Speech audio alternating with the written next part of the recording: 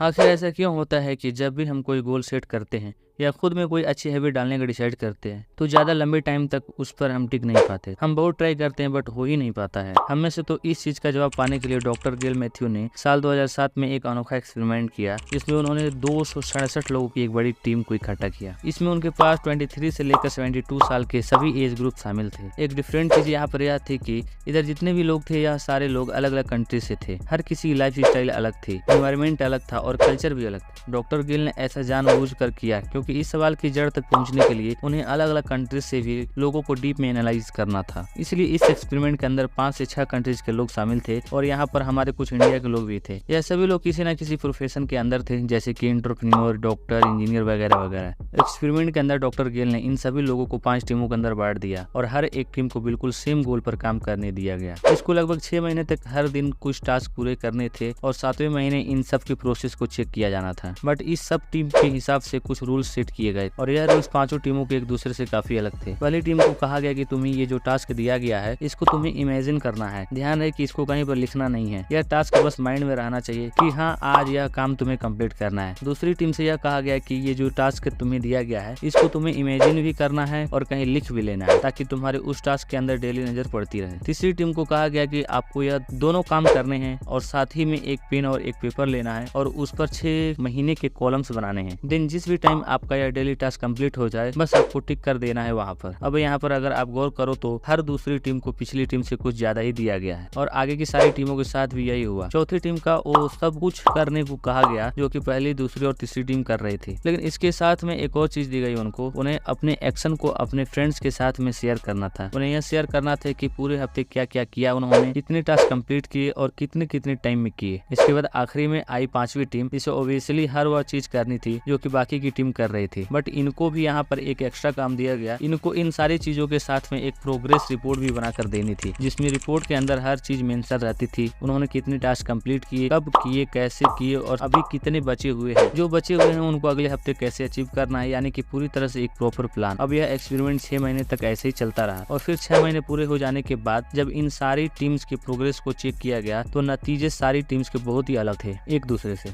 Team 1 ने 21% तक अपने गोल को अचीव किया था, टीम 2 ने 36% तक, टीम 3 ने 40% तक और टीम 4 ने लगभग 64% तक गोल को अचीव किया। लेकिन टीम 5 का जो रिजल्ट था वह काफी ज्यादा शॉकिंग। यह वही थे जो हर हफ्ते अपने प्रोग्रेस की रिपोर्ट बनाकर दे रहे थे और यह भी प्लान कर रहे थे कि इसको अगले हफ्ते किस तरह से करना है और इस टीम ने लगभग 86% तक अपने गोल को अचीव कर लिया। टीम से जब बात करी गई तो उन्होंने यह बताया कि अगर हमको कुछ और टाइम मिल जाता तो हम 86 पर नहीं 100% इसको कंप्लीट करके दिखाते। लेकिन सोचने वाली बात यह है कि जब सभी को सेम टास्क दिए गए और टास्क को कंप्लीट करने का टाइम भी सेम था, प्लस सभी बहुत अच्छे प्रोफेशन से आते हैं, तो इस एक्सपेरिमेंट के रिजल्ट में इतना फर्क क्यों आ गया? वो क्या चीज थी जो बाकी टीम्स नहीं कर पाई? तो इसका जवाब सिर्फ एक ही वर्ड का है, प्रोसेस। जैसे जैसे टीम में हम आगे जा रहे थे वैसे वैसे ही टास्क को लेकर क्लियरिटी बढ़ती जा रही थी और एक इंसान अगर किसी चीज को लेकर एकदम क्लियर होगा तो जाहिर सी बात है उसका ना तो ध्यान भटकेगा और ना ही वो टाइम वेस्ट करेगा। बाकी चीजों में उन्होंने अपने फ्रेंड के साथ अपने प्रोसेस को तो शेयर किया ही था, लेकिन उन्होंने अपनी बढ़ती प्रोग्रेस को भी शेयर किया था, जिससे उन्हें हर वक्त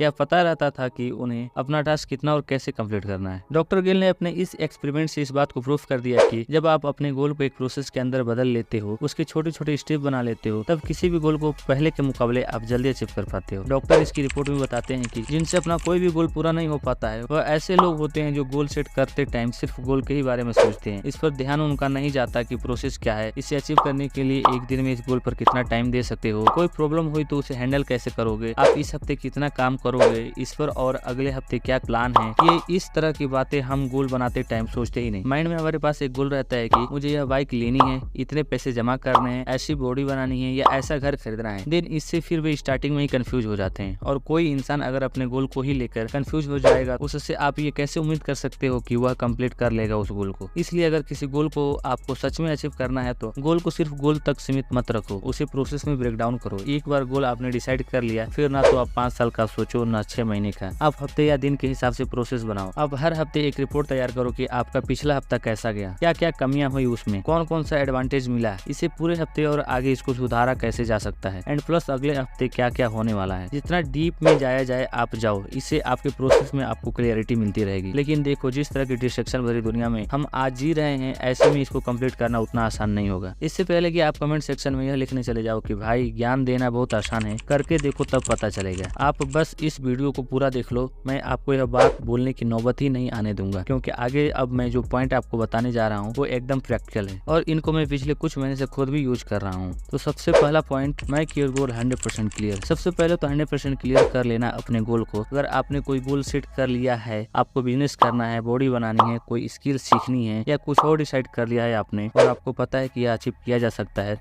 तो अब आपको उसको लेकर डाउट नहीं होनी चाहिए। माइंड में जितने भी डाउट्स हैं उन्हें पहले ही क्लियर कर लो। अगर आपने गोल को लेकर थोड़ी से भी कंफ्यूजन हो तो आपको उसे टालते रहने का एक बहाना मिल जाएगा एंड अगेन वहीं पहुंच जाएगी आपकी लाइफ जहां आप थे। Number 2, manipulate your goal. अब क्लियर गोल सेट करने के बाद एक बड़ा चैलेंज आएगा उसको स्टार्टिंग करना और उस पर लंबे टाइम तक टिके रहना। हम गलती क्या करते हैं, पहले ही सोचने लग जाते हैं इन सब के बारे में कि यार इतना लंबा गोल है, इतने महीने में अचीव होगा, इतने साल लग जाएंगे, एंड इसके बारे में सोच कर हम यहीं पर अटके रहते हैं। बट कोई बात नहीं, अब मैं सोल्यूशन आपको बता देता हूँ। इस फोटो को जरा गौर से देखो और मुझे यह बताओ कि क्या आप इस फोटो को एक स्केच बना सकते हो या हूबहू ऐसा ही होना चाहिए। 10 सेकंड का टाइम दे रहा हूँ, सोच कर देख लो।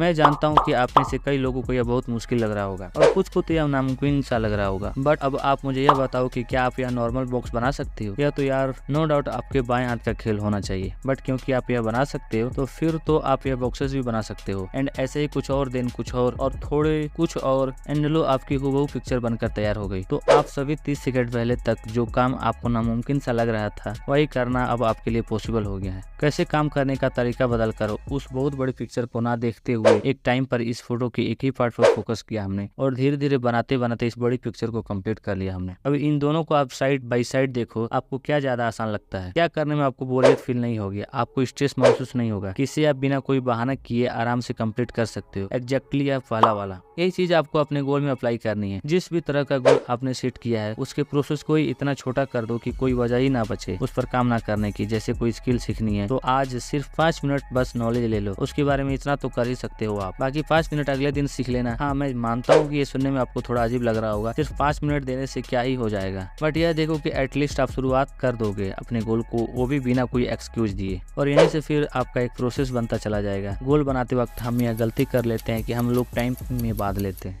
खुद को कि 4-5 घंटे तो मुझे यहाँ पर देने ही देने हैं, जिससे हम पर अननेसेसरी एक प्रेशर क्रिएट हो जाता है और यही प्रेशर फिर बोरिंग बना देता है आपके गोल को। यह आपको भी पता है कि हर दिन सबका सेम नहीं होता, सबका रूटीन सेम नहीं होता। तो अपने गोल में आप कितना टाइम दे रहे हो यह इम्पोर्टेंट नहीं है, टाइम दे रहे हो या नहीं यह इम्पोर्टेंट है। अगर आज अपने गोल को आप 5 मिनट दोगे तो कल हो सकता है कि 20 मिनट दे दो, परसों फिर ज्यादा टाइम ना दे पाओ एंड अगले दिन आपको कुछ ऐसा पता चल जाएगा कि आप खुद 1-2 घंटे दे दो वहाँ पर।